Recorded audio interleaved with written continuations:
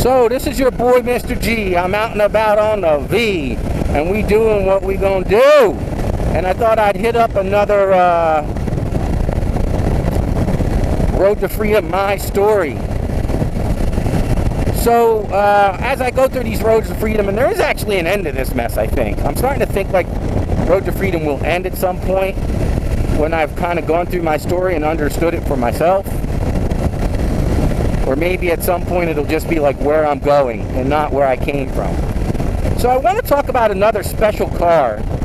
A car that I'm always going to remember. I talked about my brother's 68 Camaro. But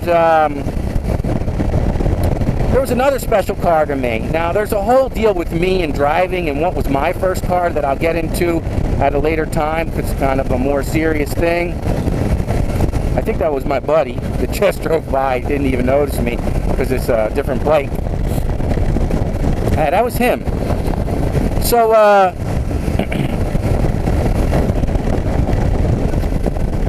so my buddy Vince, he had this Datsun, I don't remember, like he sold it to me for like a couple $100. And that was like his first car. What our parents would do is like get you, they knew like boys are just going to crash their first car, it's just a matter of when. And to test like how much of a maniac is my son, they would just get you kind of a car that you could beat on first, you know, or I should say they would allow you to purchase a car, but they would put a limit on what car. And it had to basically be a big old hunk of junk made of steel that you could crash in, and then they would take it from there. So Vince, I think, had convinced his parents that he was past that point and he could drive safely. You know, little do they know that he used to take the Datsun through the mall parking lot and hit the parking lot little berms and stuff and get air in his little Datsun. He sold that to me and he went out and got his, you know, the love of his life. And that was a Cobra Mustang. I don't remember the year, but it was like a late 70s is when the hatchback, that ugly looking, you know, hatchback. Let's modify the look of the Mustang so that women want to buy it too. It was like the ugly version that now is like sought after and stuff. Or at least that's my opinion with that whole thing. His was pretty decent looking, at least. It was orange and black, had the Cobra sign on the side, 5-speed on the floor. You know, it wasn't until recently that they had a rear end that was controllable in a Mustang. And he would drive the absolute bolts off this thing, and he really learned to be an expert driver. I mean, we would sit in like we would hit a light on a highway like Route 73, and he would be like, watch this, and do a 360, you know, before the light changed, and then just zoom off with everyone else. Like, he could just totally dominate that car. He loved the fact that the rear end was all over the place.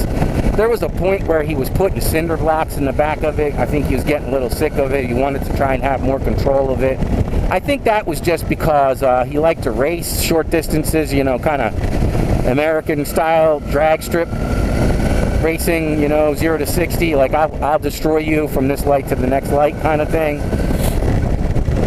And I remember that car just being a special part of my life. Like when I got up in the morning to head over to Vince's to drive to school, and we got in that car, like we were something special. We were the dudes, and we were so special that we didn't really care.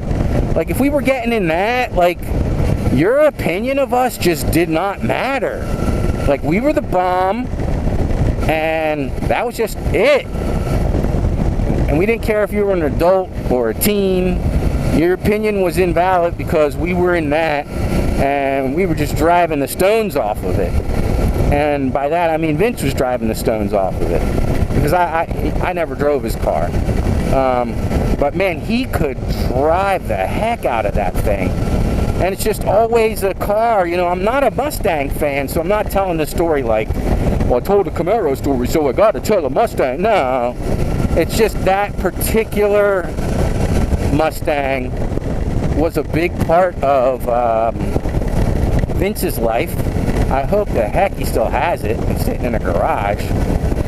He did all the maintenance on it himself. Back then, you didn't have to have an electrician's degree to work on a car, you know. And taught himself all about how engines worked and kept it in tip-top shape, and was constantly like, you know, I'm going to put these plugs or these wires on it so that it's even just a tiny bit more crazy. And it was just great times for us. And so, did you have a friend that had the car? I was not driving at the time for a bunch of different reasons. So I had to kind of live vicariously through Vince at the time. And that was no problem for Vince. Your boy G, like, share, and subscribe. Drop a comment in the comment section. Look forward to hearing from you. Road to Freedom, my story. What was your car? What was your buddy's car? What was your first car? Second car? Let's talk. Hit me up. Catch you on the flip side. Peace.